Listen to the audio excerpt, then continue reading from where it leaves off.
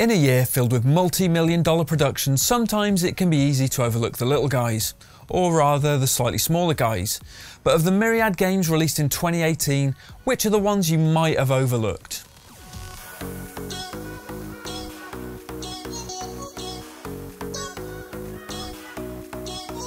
Every year we're presented with a whole array of AAA big hitters, games like Red Dead Redemption 2, Call of Duty, the new Battlefield, the new FIFA, Assassin's Creed Odyssey, whatever. So you could be forgiven for overlooking some of these.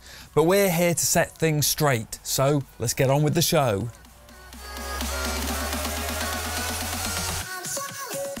I'll admit, I wasn't particularly taken with Onrush during its preview stages. It seemed like an arcade racer that was trying too hard and ultimately coming up short. But by the time Codemasters Cheshire, a studio formed from the ashes of racing aficionados Evolution, got around to releasing the full and unadulterated article itself, Onrush emerged as a blistering and unique arcade racing game that ticked all of the right boxes.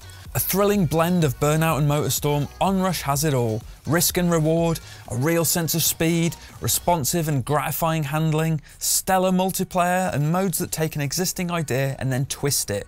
You can buy Onrush for next to nothing, a mere few months after its release, and you can get it free on PS Plus, so really there's no excuse not to add it to your collection.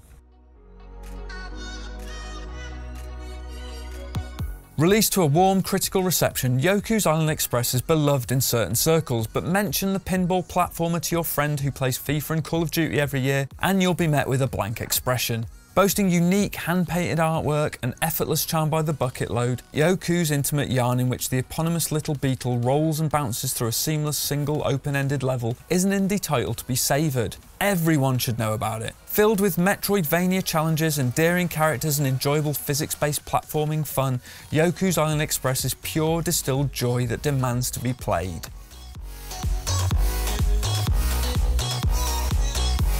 It might have had middling reviews for the most part, and Don't Nod's moody vampiric RPG adventure wasn't entirely successful in its execution, but you can't fault the Life is Strange developer for aiming high. Boasting real choice and consequence that had an almost immediate impact upon the state of the game's cobbled London streets, the death of even one resident can potentially cause untold chaos in Vampire.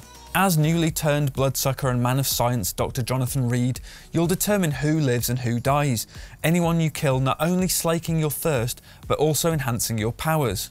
As a concept, it's a barnstormer and great ammunition for a much improved sequel. Here's hoping. Why isn't Agent 47's latest outing a white-hot ball of commercial success? Beats me, but the baldy old assassin doesn't seem to have caught on like he should have in recent years, despite being unreservedly brilliant. Following up the bloat of Absolution, still the best-selling one weirdly, and the episodic Hitman reboot, Hitman 2 kicks things up a notch with another selection of killer sandboxes, an unexpectedly brilliant 1v1 multiplayer mode, and even managed to rope in Sean Bean as the game's first elusive target. Even after a turbulent transition from Square Enix to new custodians Warner Brothers, IO Interactive still managed to release a wonderfully polished, compelling and inventive Hitman game, and I genuinely can't grasp why everyone isn't talking about Hitman 2. It's awesome! A 6-year series absence and mixed reviews don't seem to have done Darksiders 3 any favours. Debuting to poor sales and a placing at the arse end of the UK charts, Fury's whip-cracking instalment deserves much better.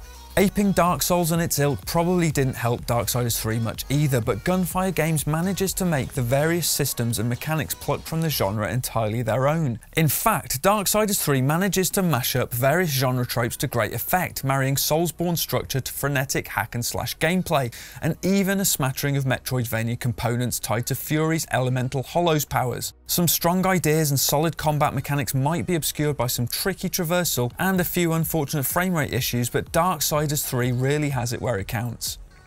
So that about wraps up our top 5 most overlooked games of 2018. We hope you enjoyed our list, so much so that you'll like, comment and subscribe. Please do that. We'll love you forever if you do. Bye!